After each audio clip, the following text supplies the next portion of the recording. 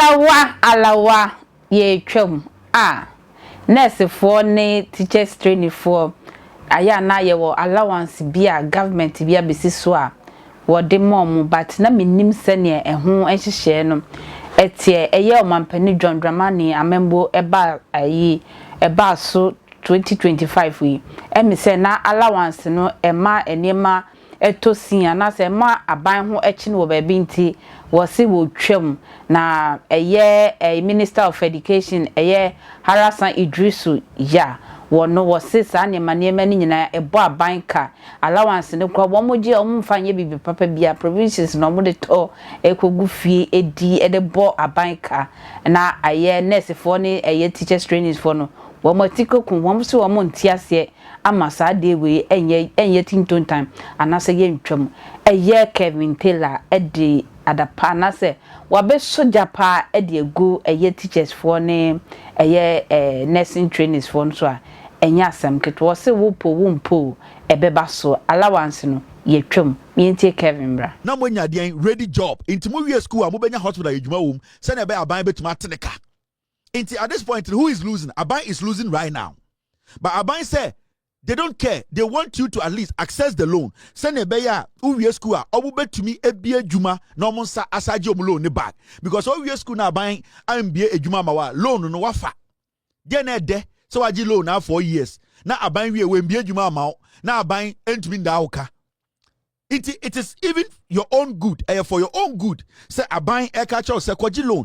The government cannot continue feeding people. Abra the government, the same government has given you the option to take loan.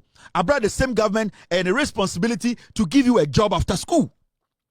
Aban ba kuya who school. Hey, you school or say Aban ma yejuma. Who ya nurse, who nursing school. Who yejuma. Who school asa onko to pano. Obeto ko yejuma. Hospital ya no phone. Hospital ya no dime. Hospital you see hospital. Near the equipment gum. Now wash a green akotrem. We are up power now. Wabo bi panye. Bosumi so ano adi usike edi. Into what school see I can say, hey, say there. I got 2 years in me. Aban I was say osi hospital now. We a teacher ni. We say I got 1 year. No we school. I was say aban esi more schools. Aban say loan na wudi no. Sa loan no. Sa uji di ne. Na ochina we mbie juma ma wafa loan no. Sa but alawane de uji di na onye sika ensi hospital ma. Into abaning person obe say future.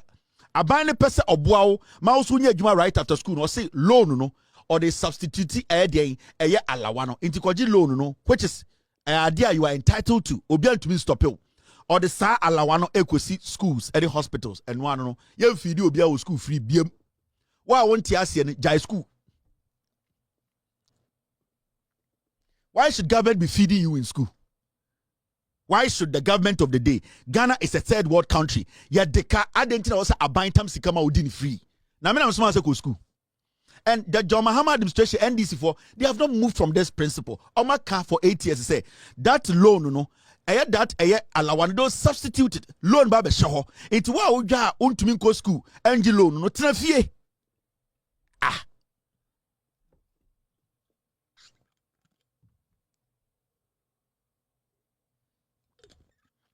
Me say send Ghana where we SS opesa okọ nursing training opesa okọ teacher training now say aban emma wo allowance nkwa kofie omo pesa omo gi loan no ewie ma aban si hospital mo kom no omo be gi loan no and so at this point you cannot negotiate.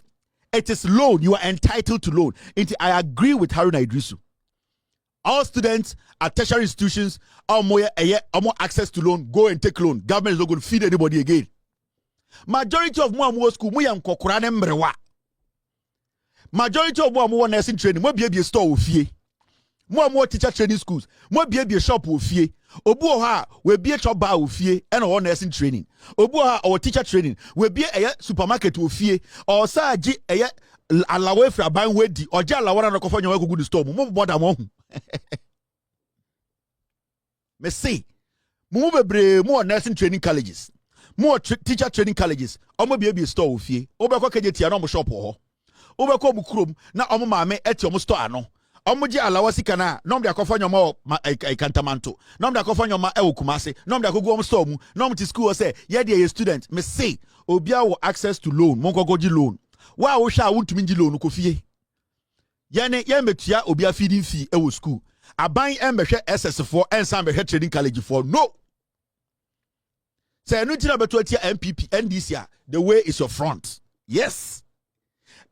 Don Mahama ontwa obi antro. Haruna Idrisu is right on track. Me say opa metme bie phone lines. Omo teacher training any nurse training. Omo ka kire. Your nurse for bebra omo shop ofie. Omo school, omo shop ofie. Your teacher for bebra omo school, omo shop ofie. Your nkofo omo biebie shops and omo gi alawa na na kofa nyoma Kumasi market no de kom krom. Alawa ye pa alawa oji sika na kofa nyoma kogu ni store mu. Obi ankodi the provisions won the store mu. Ufri fie ba no why provision ni bi ufri store no da be hwe ho. Aban se koji loan. If you are not going to take the loan, for give me ko fie. 2028 to part to NDC. Omo munim nyansa ombaji loan no. Omo wi a ye besi hospital amomo. Omo de omo certificate be nya adwuma ye. Yen so kwasi asam su biem wo Ghana. We are not going to entertain foolishness. The way is your front. Oshana too much ma wa jai school no ko for crap school na ba. Muntie me.